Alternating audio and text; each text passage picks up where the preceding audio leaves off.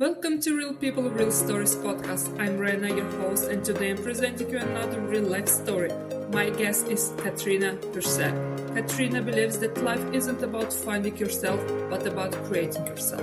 That mindset has guided her through challenges like completing a full Ironman while balancing a demanding career and pursuing an Executive MBA. She's someone who embraces growth, resilience, and the idea of continually shaping your own path. In this episode, we talk about Katrina's life story and the challenges she chose to take on. Hello, Katrina. Hey, thanks so much for having me. Thank you so much for coming. Are you ready to start? Yes, let's go. Great. Katrina, can you take us back to your childhood? What was it like growing up, and what kind of environment shaped you in those early years?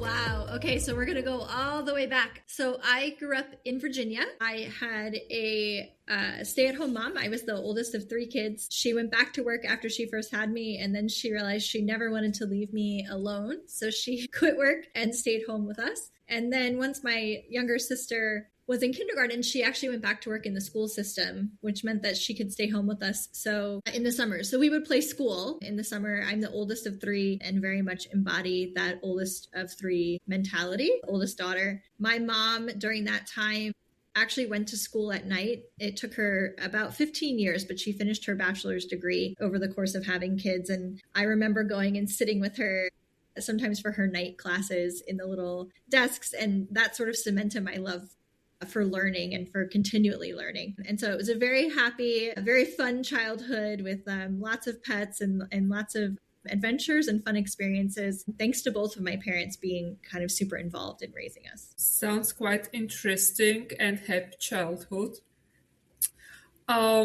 What led you to pursue an Executive MBA, and what did you hope to gain from it? Or maybe you can start at which undergrad degree you may got before the MBA. How did you choose this path into the business? That's actually a pretty interesting story. So my high school had elective classes that you could take, and I really wanted to be a lawyer.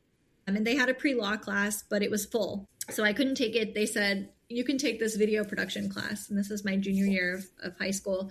And I was really disappointed, but I took that production class and I loved it. I fell in love. I had no idea that media was even really a thing. I mean, obviously you watch TV, you would see things, but you don't think of it as a career. I think when you're a little kid, you think I'm going to be a lawyer, a doctor, or a businessman. And you don't really know what any of those things actually mean. And so I took that video production class, fell in love, and decided to get a degree in media. And so I went to a state school in Virginia, James Madison University, which is a great school. It's in the mountains. I had absolutely amazing, fabulous time there. I loved my major. I ended up going on to work for the Discovery Channel and then Bloomberg doing post-production and live production. And I really loved it. But as my career evolved, I started working on a lot of business-related projects. And I personally felt, and I think I had a lot of imposter syndrome, personally felt that people didn't take my recommendations as seriously because I had this undergraduate degree in media. I didn't have a business degree, and I didn't, I was lacking some of that knowledge that people had when they got business degrees. And that was no fault of my university. I think I was a little short-sighted, and I just didn't take those classes. I probably should have. And so I decided that an MBA made sense because it would help me to have the confidence, but it would also give me that sort of piece of paper that said, I knew business. I had learned it on the job, but I didn't have that piece of paper. And so the program I did is an executive program because I was much older than a normal MBA student at that time. And so for the executive program, you're required to still be working, and the point of it is more so that you can take the skills you're learning and apply them directly to work, as opposed to a full-time MBA where, you quit work and you kind of just solely focus on school. But for me, it was really just, how do I get a business background? And then how do I increase my confidence, right? And so I chose to go to Columbia because I wanted that piece of paper to kind of mean something more than just the piece of paper. And I think the Columbia network and the Columbia reputation was something that I really wanted to experience. Let me ask, what about your childhood dream of becoming a lawyer? Did it went away, or you had some thoughts, maybe I should do this as well, or I could do this? That's a great question. So for a little while, I thought to myself, I could actually mixed media and lawyer. So I could do like copyright law. But once I was done with undergrad, I was done with school. I didn't want to go to law school anymore. I had no desire to kind of keep being in school at that time. So that's why there's so much of a gap between my MBA and my undergrad, because I thought, okay, I need to be out of school for a little while. But then you start to miss it. You miss being able to learn. I definitely do not ever think about being a lawyer anymore. What I do think about is that my dad really wanted me to be an engineer. And I've now spent most of my career working very closely with engineers. And so I do sometimes think how life would have been different if I had sort of listened to his gentle coaxing and had gone that route, but not lawyer. I think it was good that class was closed and I was not able to do that. The universe was pointing me in the right direction. Sometimes things work out in unpredictable ways. Exactly. Yes. And although you're not an engineer, but you work on the other side, as you mentioned, you work along with the engineers, so you're on the other side. Exactly. Yeah. So I work a lot of times very closely with the engineers, sitting kind of in between the engineers and the business. And so it's my job to sort of translate for the engineers. And I married an engineer, so it's close. Well, your father gained at least one engineer in his family. Exactly. Let's go to your other activities. You mentioned the Ironman. How did you, what inspired you to take on something as demanding as full Ironman? So one of my friends, I had my very first boss in my professional career is now one of my best friends. And she tends to have really wild ideas and then drag me along, sometimes kicking and screaming on the path of these wild ideas. And so she said, I'm going to sign up for this full Ironman. And I said, well, what is that? I didn't even know what it was. And she said, well, you swim and then you run and then you bike. And I said, wait, what? And she said, yeah, but it's really fun. And I said, well, I don't really swim. And she said, well, you grew up in the South with a pool. And I said, well, I know how to not drown, but I don't know how to swim 2 miles. That's a lot of swimming. And I said, when my dad taught me how to ride my bike, if I thought I was going to fall off, I used to jump off the bike. So if the bike was like in any form of peril, I would just bail. I would jump off and my dad would get so frustrated. And I said, so I don't really consider myself a biker. I don't consider myself a swimmer. About all I can do is the running. And she said, well, you'll train. And I said, okay, I guess here we go. And so, I think you have to have people in your corner who believe that you can do stuff and who will kind of challenge you to do things, because I think it's really, sometimes we think of ourselves as these very small creatures, right? And I think other people tend to see the expansiveness that we can be. And so, she really encouraged me, and I had to take swim lessons for almost a full year in New York City. There were little kids swimming like little fish, by me. And I was like falling over and couldn't stay the way I was supposed to stay with my buoy. And it was really humbling experience, but I think it's always good to set up a challenge that you're going to conquer because you refuse to quit. That is amazing. So you decided to take on this challenge without knowing how to bike or swim. Oh my God. Yeah. So, and I think the thing is, like, I could bike, but there's a very different skill to like go on a leisurely bike ride with your friends versus bike for 112 miles straight. Right. Same as like swimming. I could not drown. I could jump from the diving board and like doggy paddle to the side of the pool, but you have to swim 2.4 miles in open water. That's a very different skill. Right. And so, I think it's a matter of sort of taking it and saying, I signed up for it before I knew how to do any of these things. And once you're signed up, at least for me, that was the thing. I can't let people down. I signed up. I have to train. I have to do this. And so I would work out every day, multiple times a day. And some of the workouts were terrible. And I kept a journal while I was doing it so that I could remind myself of the days that were hard. And the race itself took me 15 hours and 43 minutes. So the training is grueling, but the race itself is also grueling. But my parents were there to cheer me on. My aunt and uncle came, and my husband was there. Some of my friends came to cheer me. So it's always that support system. And my friend actually did the race as well. Wow. So you needed 1 year to prepare. But then Yes. you went and you spent 15 hours. I'm sorry to assume, but I think you were not among the first ones, no? Yes, I was definitely not among the first ones. In fact, when I crossed the finish line, when you come to the end, obviously you've been going for so long, they have someone at the end who's called a catcher, and it's their job to sort of catch you and make sure that you don't fall over. The guy who caught me said, "Okay, well, you're going to come over here, and this is actually the winner of the race is going to put your medal on." I said, "The winner?" And he said, "Yeah." And so you go to the end, and there's this guy. He's already showered. He's already changed. He probably already took a nap because it took him 8 hours.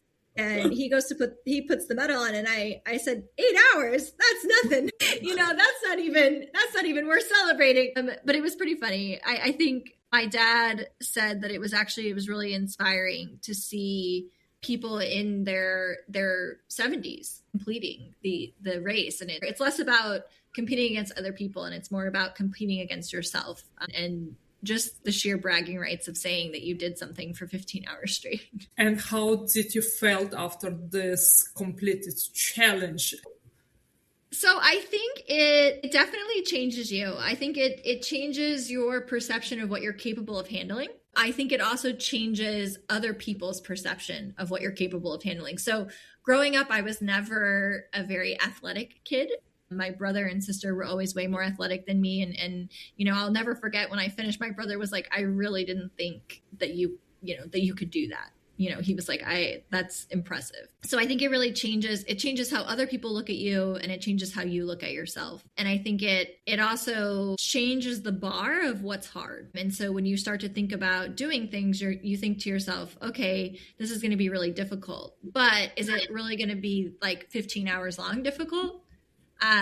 Although I will say the MBA sitting in class for 9 hours straight every Saturday was pretty hard. So you would rather do the Ironman than There were some Saturdays where I thought to myself, I'd rather be out doing an Ironman, because at least then you're moving. But I think sitting all day is not ideal. I would prefer an Ironman over standalone marathons, because I think you're more nimble after swimming and biking. So the marathon is not as hard. I think right after my Ironman, I did the New York City Marathon, and it was brutal. And I remember thinking to myself, well, it's because I had no warm up. I should only run marathons after doing the two other sports first. Quick question. You mentioned your brother and sister. They were more athletic. They did more physical activity when they grew up. So when your brother was questioning you, like, "I don't believe that you could do this," question, did he or your sister did any Ironman themselves? No, they have not. They've never even tried. My brother has 4 kids, which I think is also in and of itself a challenge. But yeah, he's done like Spartan races and things like that, but he has never even tried an Ironman or even a half Ironman. I said we could do a half. I think for me, the endurance sport was less about athleticism, and it's much more about resilience and your ability to just keep going. And I think you have to have a special mindset for that. Well, I find it somehow ironic that you're the only sibling who did not grow up athletic, and you did the Ironman full one, and the other two not. I mean, I played sports. I just wasn't very good. I think, and I live in New York City, so I'm very active. I just don't think of myself necessarily as athletic, but I do. They both still live in Virginia, but I live in New York City. And so, my main form of transportation is walking. So I'm constantly out, walking, 10 miles or so a day. Right. And so I am very active. I just was never like the athlete of the family. You're now, well, at least after you finish the Ironman, I think you can consider yourself very athletic. Thank you.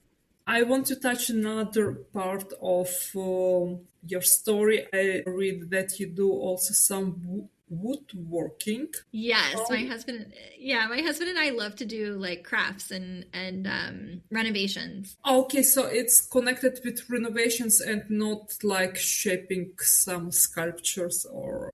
Yes, not sculptures. More so like we have these beautiful barn doors in our house that we built, and we kind of like build little things around. My dad does do sculptures and things like that, but I do not. I don't have those kind of skills. So then the question is, how you came around of doing it yourself and not hiring someone else and paying the money and then zipping your tea or coffee and looking how others are working? Yeah, that's a great question. So my parents are both very crafty, and so growing up, it was always a lot of like, let's try and see how to do things, or like trial and error, right? And I think there's something to be said for raising kids who feel like it's okay to make mistakes and it's okay to try new things, because I think that makes adults that are willing to try new things. And luckily, my husband, I picked very well. So he's a big fan of, okay, let's look it up on YouTube and figure out how to do it and try and do it ourselves. I will say there are plenty of times where the project takes us so long and we think to ourselves, it definitely would have been cheaper to pay someone.